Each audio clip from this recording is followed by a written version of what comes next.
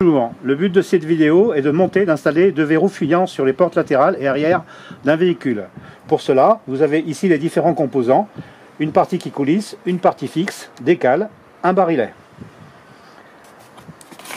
Vous prenez le coulissant, vous installez le barillet à l'intérieur comme ceci et vous montez ici les deux vis qui sont dans le sachet, comme ceci.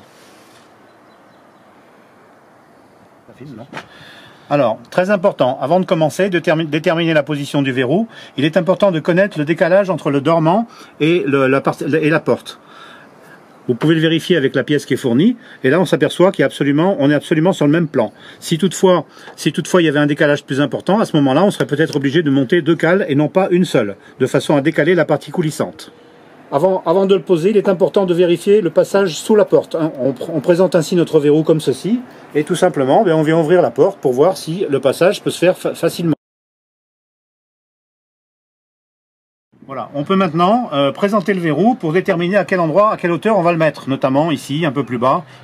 Voilà, dans ce cas, moi je préconiserais de le mettre ici, et à partir de là, vous allez tracer avec un crayon de bois ou un feutre Villeda la position du verrou.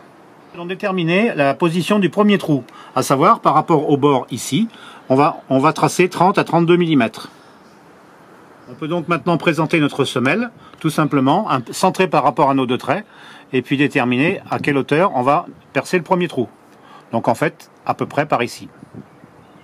Dans cette étape, nous allons vérifier tout simplement si notre verrou peut passer sous la porte, en le présentant comme ceci, et en regardant si ça passe ou pas, tout simplement. Voilà, ici on voit que ça passe très facilement. Nous allons tout simplement percer le premier trou sur le traçage que nous avons fait tout à l'heure.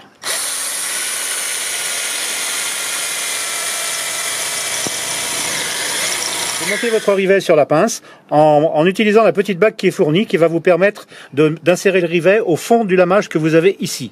Il est très important également, avant de positionner cette petite platine, de s'assurer que cette partie ici, se trouve vers l'arrière du véhicule.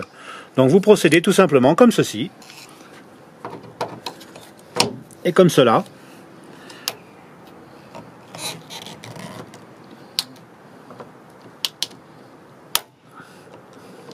Voilà. Afin de vous aider à tenir la semelle dans son orientation, vous pouvez utiliser tout simplement le coulisseau et l'enfiler sur une partie comme ceci. Ça va vous permettre de maintenir la semelle en position.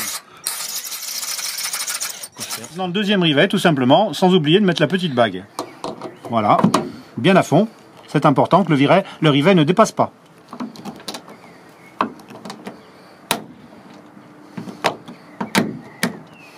Voilà.